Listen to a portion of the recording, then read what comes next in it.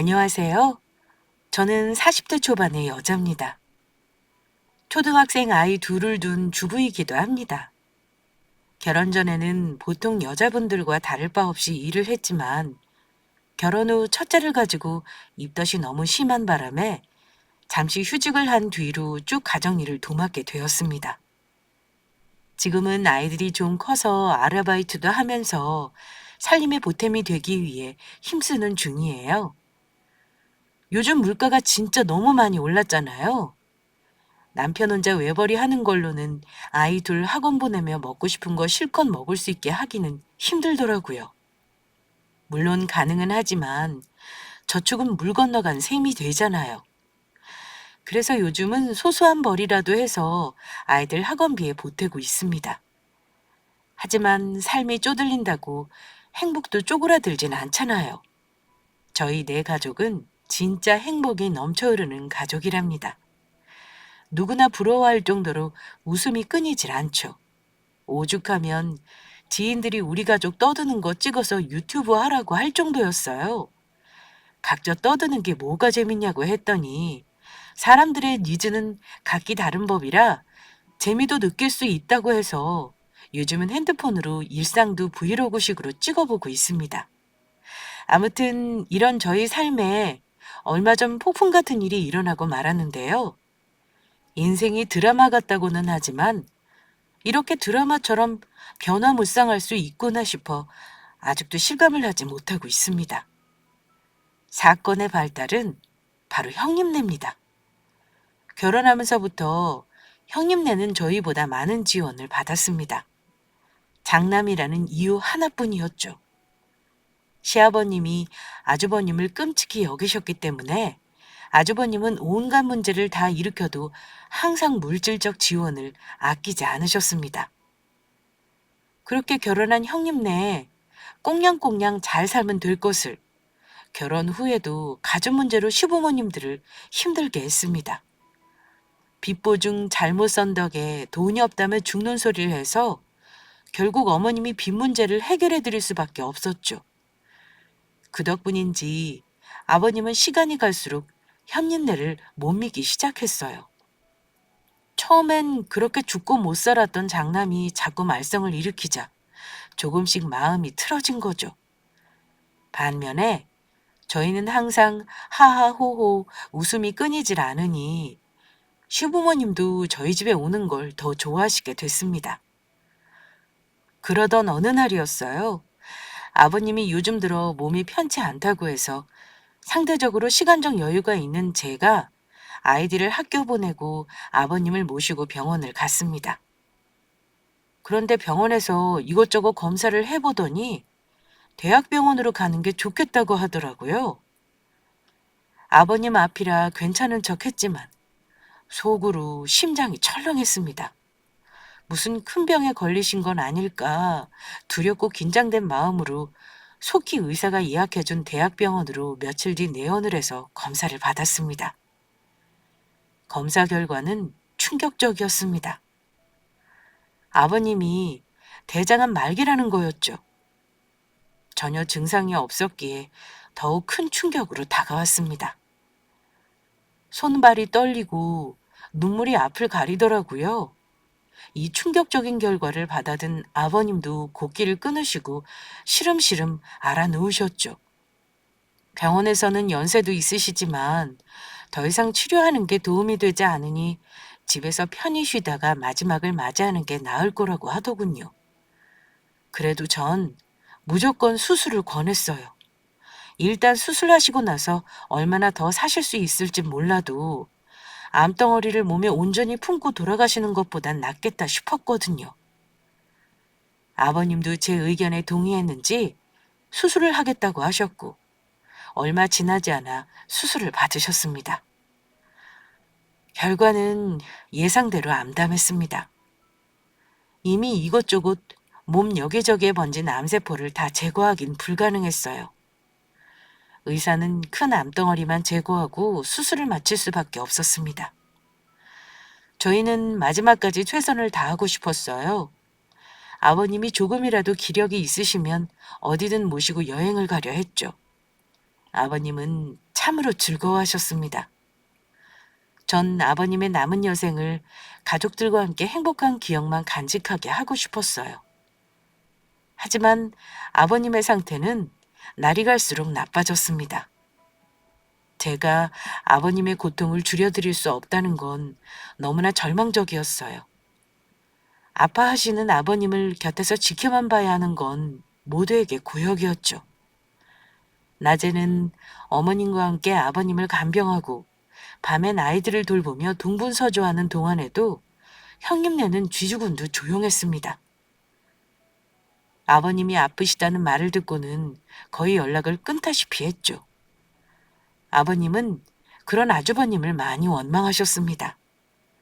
그동안 첫째라는 이유로 할 수 있는 모든 지원을 다 받아갔음에도 불구하고 아프다니 안면몰수하는 게 어이가 없었죠. 그래서 보다 못해 형님께 전화를 드렸습니다. 동서가 웬일이야? 아버님이 많이 안 좋으세요. 요즘은 하루에 몇 마디 하시는 게 다일 정도로 기력이 쇠하셨어요. 그래서? 그래서라뇨. 오셔서 보셔야 하는 거 아니에요? 아버님이 언제 돌아가실지도 모르는데 이대로 돌아가시면 나중에 죄송해서 어떡하시려고요? 동서가 몰라서 그렇지 나 너무 바빠. 사는 게 아니라니까? 우리 애 골프 배우는 거 알지? 골프에 돈이 얼마나 들어가는지 알기나 해? 아버님이 주신 코딱지만한 돈으로 감당이 안 된다고. 아무리 그래도 얼굴 한번 비추지 못할 정도로 바쁘세요? 집도 멀지 않은데 한 번은 오셔야죠. 그래, 가긴 가야지. 근데 가면 뭐래? 매번 잔소리만 하시는걸? 동서한테는 칭찬하지? 나한테는 늘 뭐라고 하시잖아. 아니에요. 아버님이 얼마나 형님 그리워하시는데요. 그거 보시면 그런 말 못하실 거예요. 그러니까 됐고. 근데 동서 혹시 아버님 꽁쳐놓으신 재산 얼마나 있는지 알아? 남편이 그러는데 말은 안 해서 그렇지. 돈 좀 있을 수도 있다고 하더라고. 그게 지금 할 소리예요? 아버님이 오늘 내일 하시는데 지금 재산이 궁금하세요? 뭐야, 왜 착한 척이야? 그럼 동서는 안 궁금해? 막말로 동서야말로 아버님 옆에 그림자처럼 붙어있는 거 뭐 콩고물이라도 얻어먹으려 하는 거 아니냐고. 솔직히 말해봐. 그렇지? 아니요. 전 단 한 번도 그런 생각 한 적 없어요. 아버님이 제게 얼마나 따뜻하게 잘해주셨는지 아세요? 그런 아버님이 아프신데 마음이 쓰이는 건 당연하죠. 솔직히 말해봐. 사람이 어떻게 돈 앞에 의연할 수가 있겠어? 돈이 앞에 있지 않는데 당연히 의연하죠. 형님은 아버님이 돈으로 보이세요? 진짜 말 안 통하네. 알았어. 근데 혹시 말이야, 아버님이 유산으로 얼마 준다거나 뭐 그런 얘기는 없었어? 더 이상 형님이랑 말이 안 통할 것 같네요. 이만 끊겠습니다. 아버님 얼굴이라도 한번 뵈러 오라고 전화를 드렸는데 형님이 하시는 말은 온통 돈뿐이었습니다. 재산 얘기만으로 가득한 대화를 생각하니 눈물이 났습니다. 사람이라면 어떻게 저렇게 아무렇지 않을 수 있을까요? 이제껏 받은 것도 상상도 하지 않고 푼돈이라고 생각하는 것도 어이가 없었어요. 이 일을 계기로 저는 다시는 형님께 전화를 드리지 않겠다고 다짐을 했습니다. 날이 갈수록 아버님을 집에서 모시는 게 더 힘들어졌어요. 결국 요양병원으로 거처를 옮기신 아버님을 저희는 밤낮으로 찾아뵈었죠. 무엇보다 아버님 곁을 늘 지키는 어머님의 건강도 염려될 정도였습니다. 그런데 아버님이 돌아가시기 며칠 전 드디어 형님네가 병원에 얼굴을 비췄습니다. 반지르르한 얼굴을 내미는 아주버님을 보자마자 어머님은 얼굴을 굳히며 시선을 피하셨어요. 아빠는 좀 어때? 이제야 얼굴 비춘 주제 낯짝이 두껍기도 하다. 엄마는 몇 달 만에 아들 보면 반가워해야지 얼굴이 왜 그래? 아버님, 주무시나? 얼굴이 많이 야위셨네. 눈 좀 떠보세요. 맏며느리 왔어요. 약 드시고 겨우 주무셨어요. 괜히 깨우지 마세요. 그래도 여기까지 온 성의를 봐서 일어나셔야지. 하지 마. 그렇지 않아도 아버님 많이 힘들다. 너희까지 보태지 말고 얼굴 봤으니 이만 돌아가. 뭐야, 엄마. 이제 나 안 보기로 한 거야? 아빠 아픈데 안 보러 왔다고?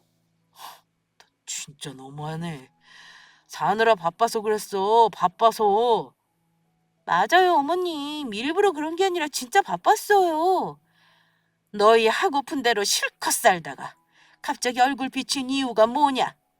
혹시 너희 아버지가 뭐라도 주실까봐 이러는 거면 애저녁에 생각 접어. 우린 그럴 돈도 없고 있어도 너희 줄 돈은 없다. 엄마 진짜 너무한 거 아니야? 내가 돈 때문에 왔겠어? 맞아요. 아버님 걱정돼서 온 건데 너무하세요. 형님이 그동안 행동을 생각해 보세요. 아버님이 그렇게 예뻐해 주셨는데 아프시다고 한 이유로 코빼기도 안 비추셨으니 당연히 서운하지 않겠어요? 일단 죄송하다고 사과를 먼저 해야 하는 거 아닌가요? 동서, 어머님이 좀 예뻐한다고 선 넘는 거 아니야? 동서가 뭔데 나한테 이래라 저래라야? 병원에서 큰 소리 내는 거 아니다. 아버지 주무시니 나가서들 얘기하자. 어머님과 함께 우리는 병실에 나와 휴게실에 나란히 앉았습니다. 내가 일부러 안 찾아왔다고 생각하는 건 진짜 잘못된 거야. 엄마도 알잖아.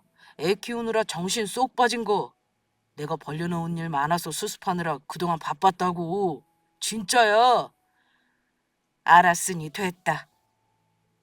그럼 이제 자주 들을 거냐? 너희 아버지 말은 안 해도 엄청 서운해하셨어. 특히 너 많이 보고 싶어 했고. 오늘도 겨우 시간 내서 온 건데 어떻게 또 와. 이따가 아빠 일어나시면 얼굴 보고 갈게. 뭐?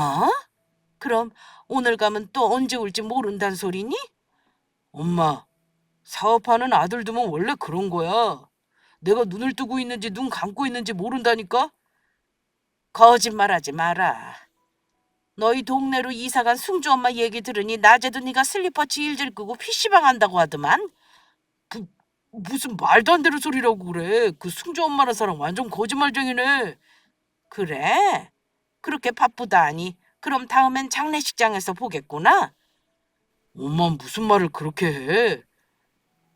어머님, 아버님 편찮으셔서 혼자 간병하시느라 너무 힘드시겠어요. 요즘은 간병인도 자기 가족처럼 잘해주시던데 좀 쓰시지 그러셨어요. 내가 간병인 쓸 돈이 어디 있겠어. 너희 아버지 병원비에 돈을 얼마나 썼는데. 그러시면 이제 돈이 없으신 거예요? 그래, 먹고 죽을 돈도 없다. 그래? 그럼 우린 이만 일어날게. 어딜 가? 너희 아버지 일어나는 거 보고 가야지. 바쁘다고 했잖아. 여기도 겨우 시간 내서 온 건데 또 언제까지 기다리겠어. 오늘은 이만 가고 다음에 올게. 알았지? 다음은 무슨 돈 없다니까 지금 그냥 간다는 거잖아. 내가 모를 것 같아? 날 그렇게 나쁘게만 생각하는데 내가 뭐하러 여기 있겠어? 엄마도 그냥 자식 하나 없는 셈 치고 사셔. 알았지? 이 나쁜 놈! 아! 다 큰 자식을 왜 때려? 어머님은 참지 못하고 아주버님의 등을 때렸습니다. 아주버님은 화를 내시면서 자리를 박차고 나가버리셨고요. 그 뒤로 형님네는 소식이 끊겼습니다. 다시 연락이 닿은 건 아버님이 돌아가시고 난 뒤였죠. 아버님이 돌아가시자 남편이 아주버님께 연락을 드렸고 그 연락에 장례식장에 찾아왔더군요. 상주복을 입고 이미 자리를 지키고 있는 남편을 힐끔 보더니 주섬주섬 상주복을 입고 나와 남편 옆에 앉더라고요. 그 모습을 보니 너무 화가 치밀었습니다. 마지막 눈 감기 전까지 큰아들 이름을 부르셨던 아버님의 그리움을 생각하니 참을 수가 없더라고요. 그렇다고 장례식장에서 싸우는 모습을 보이고 싶진 않아서 꾹 참았습니다. 형님은 그런 제 마음도 모르고 장례식장 음식이 형편없다며 가지수 좀 더하지 그랬냐 타박을 놓더라고요. 좀 있으면 내 친구들도 올 텐데 이렇게 허접한 장례식장에 치른다고 또 말들이 많겠네 아주. 그렇게 말하는 친구들이라면 과연 그 사람들이 정신이 똑바로 박혔다곤 할 순 없겠네요. 뭐라는 거야, 동서? 지금 말 다 했어? 그렇잖아요. 장례식장 음식을 타박을 놓다니 그게 상식적으로 말이 되는 소린가요? 장례식은 가족들의 아픔을 헤아리고 위로해주는 자리 아니에요? 그래, 너 참 잘났다. 잘나서 따박따박 하고 싶은 말은 다 하지. 저는 몰아 떠드는 형님을 무시하고 일어서 조문객들을 맞이했습니다. 형님은 그 이후로도 여러 번 제 속을 긁어놓는 말들을 늘어놓았지만 제가 대꾸를 하지 않자 이내 포기를 하고 말더군요.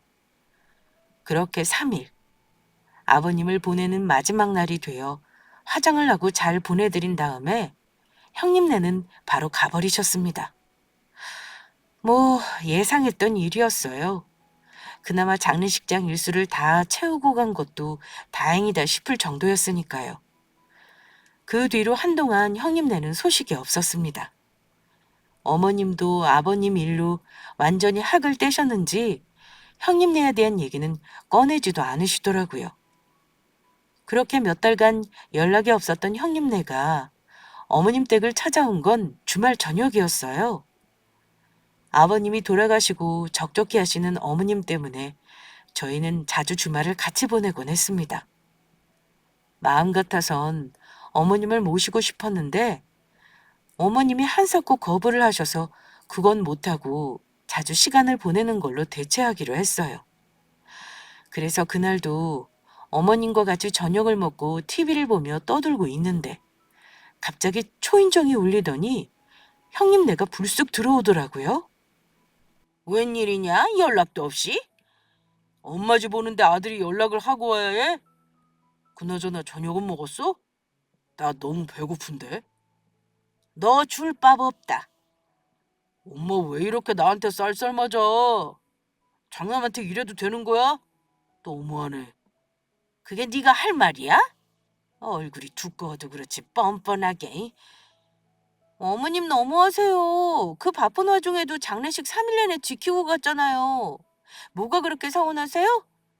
됐다. 말 더 안 하마.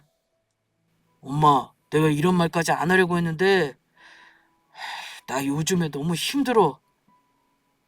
네가 힘들긴 뭐가 또 힘들어? 돈 쓸 거 다 쓰고 나니까 사치 못 부려서 힘드냐? 그런 게 아니라요, 어머님. 어머님도 아시다시피 큰애가 골프 배우잖아요. 골프가 우리나라에서만 한다고 되는 게 아니더라고요. 잘 되려면 외국 가서 코치를 받아야 해서 애를 유학 보내려고 하는데 돈이 한두 푼 드는 게 아니라서요. 그래서 뭐? 엄마, 이 집 엄마 살기 너무 넓지 않아? 아빠도 돌아가셨는데 이제 이 정도 큰 집은 팔아도 되잖아. 형 미쳤어? 이 집은 안 돼. 아빠가 이 집 사시면서 얼마나 좋아하셨는지 잊었어? 넌 가만히 있어. 지금 엄마랑 나랑 대화 중이잖아. 형님네는 이대로는 안 되겠다 싶었던지 갑자기 태도를 싹 바꾸더니 이내 어머님 앞에 무릎을 꿇더라고요. 그러더니 형님 눈에서 눈물이 줄줄 흘렀습니다. 연기자 하시면 대성할 것 같은 그런 연기력으로 형님은 펑펑 우시면서 현재 본인의 상황에 대해 읍소하셨습니다. 말로 다 못해서 그렇지 사는 게 죽지 못해 사는 거라면서 아이 때문에 모든 걸 희생하며 살지만 둘이 벌어서 유학 보내기에는 너무 부족하고 아이는 골프를 계속 하고 싶다고 하니 부모된 심정으로 마음이 너무 아프다고 호소를 하시더라고요. 물론 전 형님네가 돈 한 푼 없다고 생각하진 않았어요. 그랬다면 유학은 꿈도 못 꿀 얘기겠죠. 다만 부족한 돈을 어머님 집으로 해결할 심사는 확실해 보였습니다. 어머님이 형님네 잔꾀에 넘어가면 안 되겠다고 생각하고 있었는데 어머님은 역시 얄짤 없었습니다. 안 된다. 이 집을 팔 수는 없어. 죽을 때 집 안고 죽을 거야? 그거 아니잖아. 시세 좋을 때 팔아서 좀 빌려 쓰겠다는데 그게 나빠? 그냥 달라는 게 아니라 좀 빌려달라는 거라니까. 맞아요, 어머님. 어머니 큰손주 잘 나가는 선수 되면 그보다 10배, 아니 수십 배는 더 벌어다 줄 텐데 뭐가 그렇게 걱정이세요? 안 그래도 아빠 돌아가시고 엄마 아직 마음도 추스르지 못했는데 뜬금없이 나타나서 집을 팔라니 엄마 속이 어떻겠어? 형도 그만하고 돌아가. 그럼 나도 몰라. 나도 엄마가 안 보태주면 여기서 한 발자국도 안 나갈 거야. 어차피 돈 없으면 우리 애도 못 살고 우리도 못 살아. 그냥 농약 먹고 콱 죽어버리지 뭐. 그게 엄마 앞에서 할 소리야? 됐다. 그냥 둬라. 어머님은 그런 형님네를 무시할 생각인 듯 했습니다. 하지만 형님네도 완강했어요.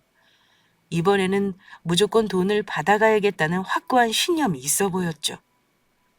저희가 돌아간 뒤로도 형님네는 이틀을 버티고 있었다고 했습니다. 예전에도 아주버님이 이런 수법으로 돈을 받아간 적이 있어서 이번에도 그 방법이 통할 거라고 생각한 모양이에요. 시금도 전폐하고 대자로 누워 거실에 버티는데 그런 아들도 아들이라고 마냥 외면할 수는 없었나 봐요. 결국 어머님은 형님네에게 두 손 두 발 다 들었습니다.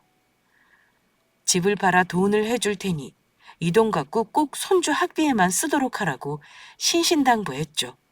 그러자 형님네는 날듯이 기뻐하며 당장 집으로 돌아갔다고 하더군요. 어머님이 이 얘기를 제게 하시면서 눈물을 흘리시는데 정말 안타까웠습니다. 도대체 이 철이 덜 든 부부를 어떻게 해야 할지 걱정도 됐고요. 막상 어머니께 돈을 받아가면 형님네는 이전에 그랬던 것처럼 또 연락도 뚝 끊어버릴 것 같아서 신경이 쓰였어요. 그래서 형님께 전화를 걸었습니다. 왜 동서? 우리 돈 받은 소문이 거기까지 났어? 네, 났더라고요. 근데 형님, 제가 부탁드리고 싶은 게 하나 있어요. 그게 뭔데? 뭐든 말만 해. 나 요즘 아주 평온한 상태거든. 이럴 때 말하면 다 들어줄 수 있지? 아, 돈 문제는 말고? 유학 가시기 전까지는 어머님께 최선을 다해 주셨으면 합니다. 에? 난 또 뭐라고. 당연한 거 아니야? 자주 찾아뵙지 않아도 돼요. 바쁘실 테니까요. 하지만 전화라도 자주 드리고 진심으로 감사함을 느꼈으면 좋겠어요. 어머님이 정든 집을 파실 땐 그만큼 뼈와 살을 깎는 고통이 있으셨을 거예요. 아버님이랑 손때 묻은 곳을 떠난다는 게 어머님께도 많이 힘드실 거고요. 그러니까 형님이 최선을 다해 주셨으면 해요. 그 정도는 당연히 해 주실 수 있으시죠? 뭐 전화 드리는 거야 어렵진 않지. 아니 가기 전에 자주 찾아뵐게. 그럼 됐지? 진짜죠? 동서, 나 못 믿어? 동서도 진짜 사람 못 믿네. 내가 다른 사람도 아니고 가족인데 날 못 믿으면 어떡해? 아니요, 믿어요, 믿을게요. 저도 그렇고 어머님도 그렇고 형님 내에 크게 바라는 것은 없었습니다. 그저 아들 구실만 좀 해달라는 것뿐이었죠. 그만한 재산을 가져갔으면 당연한 거 아닌가요? 자신의 부모님에겐 원래 당연히 해야 할 도리를 형님네는 하지 않고 있으니 돈으로라도 도리를 하라는 거였죠. 재산이 아니라면 그럴 생각도 없었다는 게 진짜 화가 났지만 그래도 제게 약속한 것이 있으니 이번만은 지키지 않을까 싶었습니다. 하지만 형님은 안부 전화 한 통 한 이유로는 비자 문제로 바쁘고 아이 학교 문제로 정신이 없다며 찾아오지도 않고 전화도 하지 않았습니다. 어머님의 속은 시커멓게 타들어갔죠. 어머님은 저희 집 근처에 작은 집을 얻어 그곳에서 거주하기로 하셨습니다. 넓은 집보다야 여기가 청소하기도 힘들지 않고 이웃도 많아 적적하지 않다고 오히려 다행이란 말로 저희를 위로하셨지만 저는 어머님이 얼마나 힘드실지 알고 있기에 평소보다 더 자주 찾아뵈었습니다. 그렇게 얼마 뒤 어머님의 생신이 코앞으로 다가왔습니다. 저는 연락도 없는 형님네에게 이번만큼은 꼭 참석하길 바라는 긴 문자를 보냈습니다. 제 전화를 계속 안 받으시더라고요. 그리고 남편도 아주버님에게 여러 통의 전화와 함께 생신날 가족들끼리 모여 조촐한 식사를 하기로 했으니 이번에도 참석하지 않으면 다시는 형 얼굴을 보지 않을 거라고 으름장을 놓았습니다. 그렇게 어머님 생신날이 되었습니다. 그런데 약속한 시간이 다 되어도 형님네가 오지 않는 겁니다. 그렇게 연락을 많이 해서 꼭 참석할 거라고 생각했는데 너무했습니다. 괜히 애쓰지 말고 우리끼리 먹자. 난 이 시간 이후로 그 애들 안 본다. 어머님, 조금만 더 기다려보죠. 남편이 마지막으로 아주버님께 전화를 드렸습니다. 한참의 신호음이 지나가고서야 아주버님이 전화를 받으셨습니다. 전화를 받자마자 아주버님은 화를 내시더군요. 바쁜데 왜 자꾸 전화야? 형, 오늘 엄마 생신인 거 잊었어? 내가 여러 번 연락했잖아. 형도 꼭 온다며. 근데 어떻게 된 거야? 사람 일이 어떻게 그렇게 마음먹은 대로 되냐? 애 유학 준비 때문에 바빠서 그랬다, 바빠서. 내가 이번에도 참석 안 하면 형 안 본다고 했지? 다른 날도 아니고 엄마 생신이야. 저녁 한 끼 같이 먹는 게 그렇게 힘들어? 너 사람 귀찮게 할래? 나 이만 끊는다. 너희 형수한테나 해보든가. 아주버님과의 통화에 화가 난 저는 바로 형님께 전화를 걸었습니다. 어쩐 일인지 형님이 전화를 받으시더군요. 형님, 지금 어디 계세요? 어디긴, 나 지금 미용실인데? 머리 중이라 오래 못 받아. 왜? 머리를 하고 계신다고요? 지금 다 형님 기다리고 있어요. 오늘 어머님 생신인 거 잊으셨어요? 어머, 내가 깜빡했다. 내 정신이 이래. 곧 출국하면 머리도 못할 것 같아서 그런 거 하나하나까지 신경 쓰다 보니까 잊었지 뭐야? 어머님한테 미안하다고 전해줄래? 진짜 너무하시네요. 다들 식사도 안 하고 기다리고 있는데 어쩜 그렇게 뻔뻔하실 수가 있어요? 동서, 동서도 이제 그만해. 뭘요? 착한 며느리 코스프레 말이야. 이쯤하면 됐잖아. 어머님도 충분히 만족하실 거야. 그리고 막말로 빈털털이 된 어머님을 내가 뭐하러 챙겨? 형님! 아우, 귀 아파! 소리는 왜 지르고 그래? 나 고막 나가면 책임질 거야? 당장 사과하세요. 당장 와서 어머니께 사과하라고요. 됐어. 그렇게 어머니께 지극정성인 거 보니까 앞으로도 동서나 잘 챙겨드려. 그럼 난 바빠서 끊을게. 전화기 너머로 형님 소리를 다 들은 어머님은 아무 말씀도 없으셨습니다. 좋아야 할 생신날, 이게 무슨 일입니까?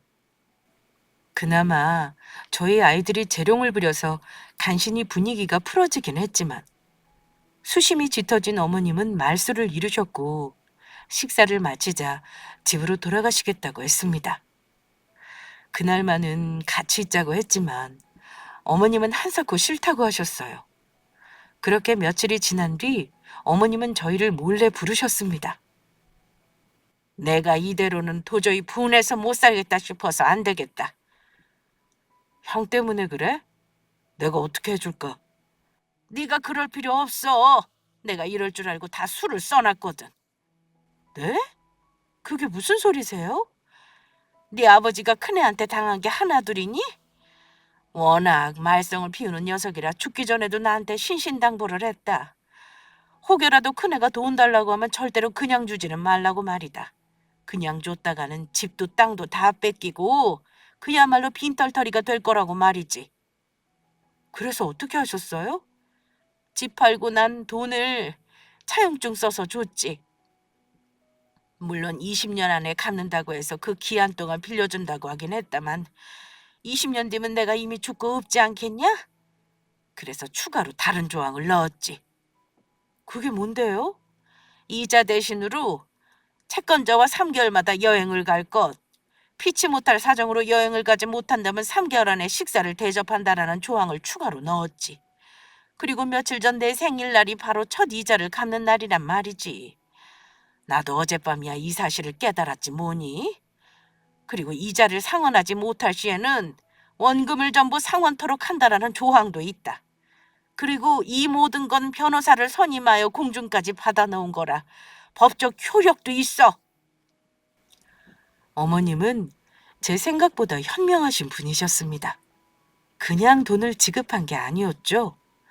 어차피 유학은 형님과 아이만 가기로 했으니 이 조항은 아주버님이 필히 지키셔야 할 항목이었습니다. 분명 형님네는 이런 추가 조항 따위 면밀히 살피지 못했을 거고 이미 돈은 받았으니 입 싹 닫으면 되겠다 싶었던 거겠죠. 엄마, 이제 어떻게 할 거야? 형이 순순히 돈을 내놓질 않을 것 같은데? 법대로 한다는데 지가 무슨 수로? 일단 여기로 부를 테니 모른 척 아무 말 말어. 형이 부른다고 올까? 엄마 생신 때도 안 왔는데? 돈. 그 녀석은 돈 얘기만 하면 당장이라도 오지. 맞아요. 돈 냄새만 맡아도 환장하면서 올걸요? 진짜였습니다. 어머님이 아직 상속 못한 아버님 유산이 있으니 지금 집으로 오라는 문자 하나에 득달같이 형님네가 집으로 들이닥친 거죠. 그리고 먼저 와 있는 저희를 보며 낯짝을 찌푸리더군요. 역시 돈 얘기하니까 귀신같이 빨리 오는구만. 그렇게 바쁘다더니. 머리 하신다고 바쁘셔서 어머님 생신 때도 못 오시더니 그새 네일 아트까지 하실 시간이 있었나 봐요? 뭐 오늘 하필 시간이 좀 남아서 그런 거지. 그나저나 어머님 진짜예요? 아버님 남은 상속금 있다는 얘기? 설마 우리 둘이 나눠 가진다거나 그런 거 아니지? 원래 유산은 장남이 더 많이 상속받는 거야. 엄마도 잘 알지? 조용히 하고 앉거라.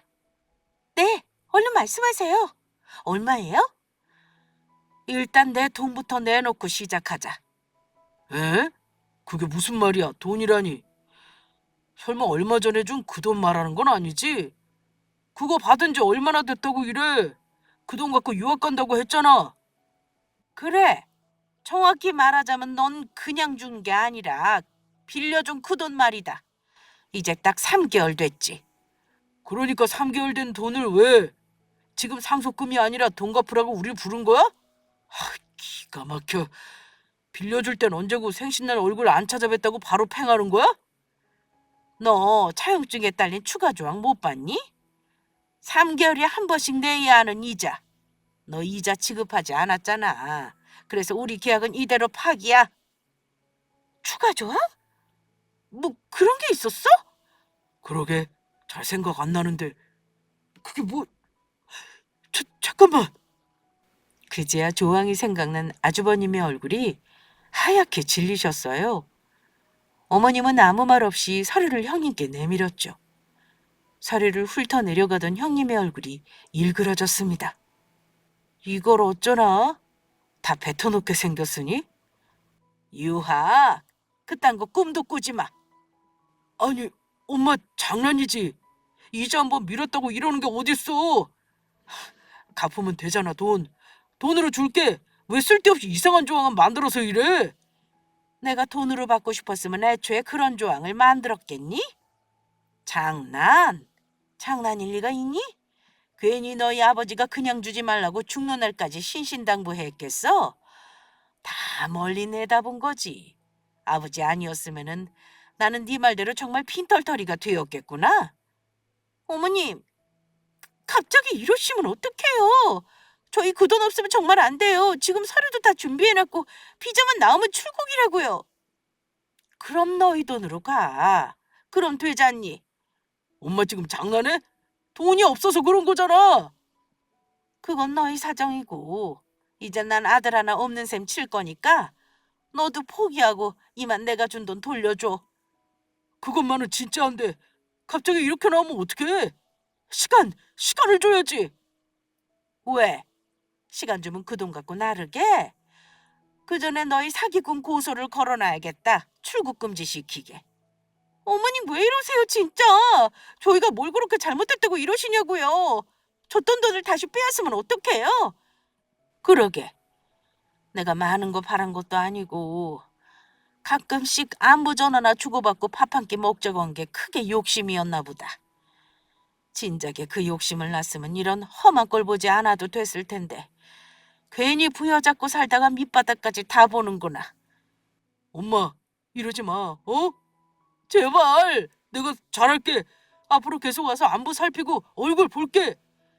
엄마가 바란 게 가장 소박하고 작은 부탁이었는데 그 부탁 하나 들어주지 못한 형은 여기서 얼굴 들고 있을 면목 없어.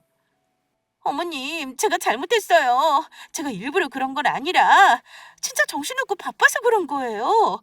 어머님이 한 번만 이해해 주시면 가는 날까지 제가 어머니 찾아뵐게요. 한 번만 용서해 주세요. 네? 됐어. 꼴도 보기 싫으니 이만 나가.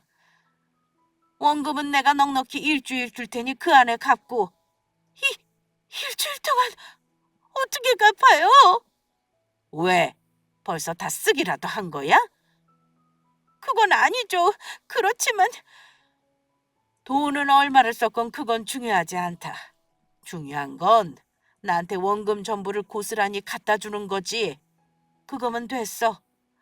그리고 난 이제부터 너희에게 요만큼의 기대도 하지 않을 거다. 기대를 하지 않으니 실망할 일도 없겠지? 앞으로는 너희 인생 너희가 알아서 살아. 더는 내게 손 벌리지 말고 지금까지 너한테 해준 것만 봐도 나는 최선을 다했다. 엄마, 내가 잘못했어. 아주버님은 돈을 빌려달라고 한 그날처럼 또 무릎을 꿇으셨습니다. 아주버님의 무릎은 돈과 관련되면 한없이 가벼워지는 것 같습니다.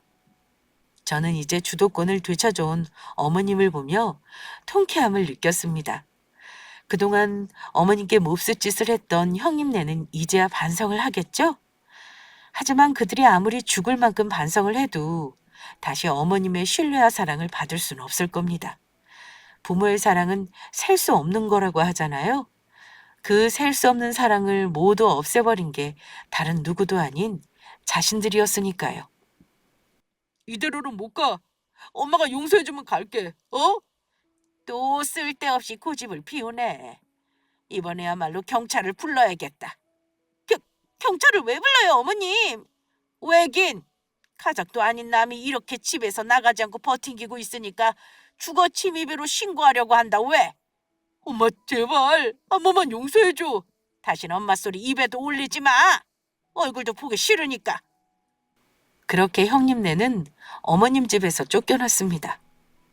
그 뒤로 어떻게 됐냐고요? 형님네는 법대로 정말 모든 원금을 다 어머님께 고스란히 돌려주어야 했습니다. 물론 큰 목돈이 들어왔다고 흥청망청 유흥에 써버린 탓에 그 돈을 마련하느라 자신들의 집도 내놔야 했죠. 진짜 빈털터리가 된 건 바로 형님네랍니다.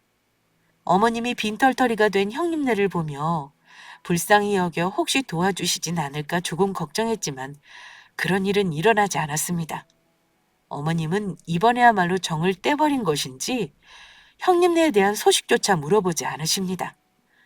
그렇게 형님네는 살고 있던 집도 내놓고 자꾸 초라한 집으로 이사를 갔고 골프를 한답시고 유학 가는 것에 들떠 있었던 사치 심한 조카도 꿈을 잃어버리고 반항하며 살고 있다고 하더라고요. 그리고 저희는 이번에야말로 어머님과 같이 살 기회라고 생각하며 마지막으로 부탁을 드렸습니다. 같이 사는 것이 저희에게 짐이 되기는커녕 오히려 득이 되니 염려치 말라고 했죠. 그렇게 어머님은 저희 집으로 들어오시게 됐고 집으로 들어오신 지 얼마 되지 않아 저희를 불러 통장을 하나 내미셨습니다. 이거 바꿔라. 이게 뭐예요? 그동안 너희가 참 고생이 많았다. 내가 진작 너희를 주고 싶었는데 돌고 돌아 이렇게 늦었구나. 미안해. 어머님이 주신 통장을 열어보니 너무 많은 금액이 들어있었습니다. 아마도 집을 모두 정리한 돈을 그곳에 넣어주신 것 같더라고요. 아니에요, 어머님. 저희 이거 못 받아요. 어머님이 갖고 계셔야죠. 아니야. 원래부터 너희 주고 싶었던 돈이다. 너희 형이 그렇게 뺏어가듯 가져가지 않았다면 진작부터 너희 것이었어. 하지만 이 돈은 아버님, 어머님이 평생을 힘들게 일하신 돈인데요. 저희가 이걸 어떻게 쉽게 받겠어요? 그러니까 나 죽기 전까지 데리고 살아달라고 주는 돈이야. 이거 그냥 주는 거 아니야. 엄마, 그건 당연한 거지. 엄마 모시고 오면서 집사람이랑 약속한 거란 말이야. 그렇다고 이 큰 돈을 미리 줄 필요 있어? 나중에 엄마 돌아가실 때 돼서나 생각하자고. 너 키우면서 늘 형한테만 모든 지원 아끼지 않았던 거. 말썽은 다 피고 다닌 것도 네 형인데 형은 다 해결해줬던 거. 그 모든 것에 대한 보상이라고 생각해. 나나 너희 아버지나 너한테 늘 미안한 마음이 있었다. 그리고 며느리, 너도 마찬가지고. 하지만, 어허, 어른이 주는 돈은 그냥 받는 거야. 너무 거절하면 못 쓴다.